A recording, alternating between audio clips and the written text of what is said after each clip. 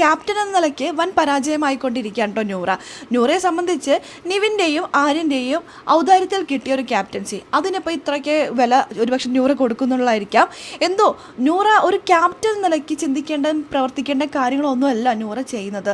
അത്തരത്തിലാണ് ഈ കഴിഞ്ഞ ദിവസത്തെ ലൈവ് പോയത്. നമുക്ക് വീഡിയോയിലേക്ക് പോകാം. ആദ്യമായിട്ട് കാണുന്ന പ്രേക്ഷകരാണെങ്കിൽ കൂടുതൽ ബിഗ് ബോസ് ലൈവ് അപ്ഡേഷനായിട്ട് യൂട്യൂബ് ചാനൽ സബ്സ്ക്രൈബ് ചെയ്യാം.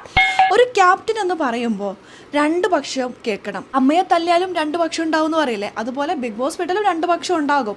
രണ്ട് പക്ഷം ഉണ്ടാകുമ്പോൾ അതിൽ എന്താണ് സത്യാവസ്ഥ എന്നുള്ളത് രണ്ടുപേരുടെയും ഭാഗത്ത് നിന്നും ചിന്തിച്ച് മനസ്സിലാക്കിയിട്ട് ഒരു തീരുമാനത്തിലെത്തണം, അല്ലെങ്കിൽ തീരുമാനം എടുക്കാനുള്ള ഒരു വോയിസ് ഉണ്ടാവണം, റൈറ്റ് ഉണ്ടാവണം. അങ്ങനെയുള്ള മനസ്ഥിതിയുള്ള ആളായിരിക്കണം ക്യാപ്റ്റൻ. പക്ഷേ നൂറ മനസ്സിൽ കരുതിയിട്ടുണ്ട്, അനുമോള് കള്ളിയാണ്, അനുമോള് മോശക്കാരിയാണ്, അവളുടെ കൂടെ ഞാൻ നിൽക്കില്ല, അവൾ എന്ത് പറഞ്ഞാലും അവളെ കള്ളിയാക്കും, അവളെ കുറ്റക്കാരിയാക്കും, അവളെ മോശക്കാരിയായിട്ട് പ്രേക്ഷകരുടെ മുന്നിൽ എനിക്ക് എത്തിക്കണം എന്നുള്ളൊരു ചിന്തയോട് കൂടിയിട്ട് മീറ്റിംഗ് വെച്ചിട്ട് എന്ത് കാര്യം. കഴിഞ്ഞ ദിവസം ഒരു മീറ്റിംഗ് വെച്ച് കൂട്ടി. മീറ്റിംഗ് എന്ന് പറയാൻ പറ്റില്ല, ടാസ്കിൻ്റെ ഭാഗമായിട്ട് അവരെടുത്ത പ്രോഡക്ട്സും ഒക്കെ കൊടുക്കാൻ ഡിസ്ട്രിബ്യൂട്ട് ചെയ്യാൻ വേണ്ടിയിട്ട് നടത്തിയ ഒരു പരിപാടി അല്ലെങ്കിൽ ഒരു സെക്ഷൻ. ഇതിനകത്ത് അനുമോൾക്ക് മാത്രം കൊടുക്കുന്നില്ല. അനുമോൾ ഇവർ ഓരോരുത്തർ സംസാരിക്കുമ്പോൾ അനുമോളെ സംബോധന ചെയ്യുന്നത് കള്ളി എന്നാണ്. ഈ കള്ളി പറഞ്ഞു എന്നൊക്കെ പറഞ്ഞിട്ടാണ് ആദില പറയുന്നത്.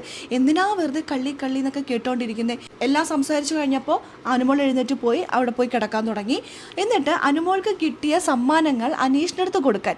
അപ്പോൾ അനീഷ് പറഞ്ഞൊരു കാര്യമുണ്ട്, ക്യാപ്റ്റൻ നൂറയല്ലേ, എല്ലാവർക്കും നൂറയല്ലേ കൊടുത്തത്, അപ്പോൾ നൂറ് തന്നെ അനുമോൾക്ക് കൊടുക്കുക. അതെവിടെന്നാ ശരിയാവുന്നേ?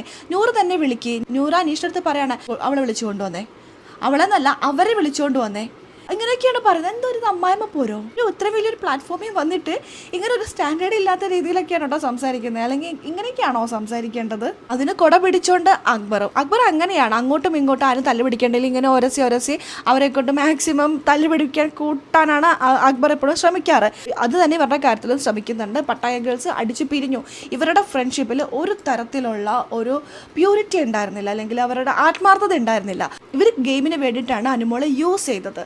ഇപ്പോൾ ദാ അവസാനത്തി എന്തൊക്കെയോ ആരുടെയൊക്കെ കയ്യിൽ നിന്ന് ഒരു പ്രോമിസ് കിട്ടിയിട്ടുണ്ടാവും. അതുകൊണ്ടായിരിക്കും അനുമോളുടെ നേർക്ക് തിരിഞ്ഞത്. ഇനി അനുമോൾ അവർക്ക് വേണ്ട, അവരുടെ കാര്യങ്ങളൊക്കെ കഴിഞ്ഞു, ഇനി അനുമോളെ വേണ്ട അവർക്ക്. ഇത്രമാത്രം ദേഷ്യം ഉണ്ടാകാൻ അവിടെ എന്ത് പ്രശ്നങ്ങളാണ് ഇന്നലെ ഉണ്ടായെന്ന് നിങ്ങളൊന്ന് ആലോചിച്ച് നോക്കൂ. നൂറ മനഃപൂർവ്വം അനുമോളെ അവോയ്ഡ് ചെയ്യുന്ന രീതിയിൽ ഒരു ക്യാപ്റ്റൻ എന്ന നിലയ്ക്ക് വൺ ഫ്ലോപ്പ്, വൺ പരാജയമായി മാറിക്കൊണ്ടിരിക്കുകയാണ് കേട്ടോ നൂറ. കഴിഞ്ഞ ആഴ്ച നിവിനും ആര്യനും അക്ബറും എന്ത് ചെയ്തു അതേ രീതിയിൽ പെടുത്താം, അല്ലെങ്കിൽ അതേ ഗണത്തിൽ പെടുത്താം.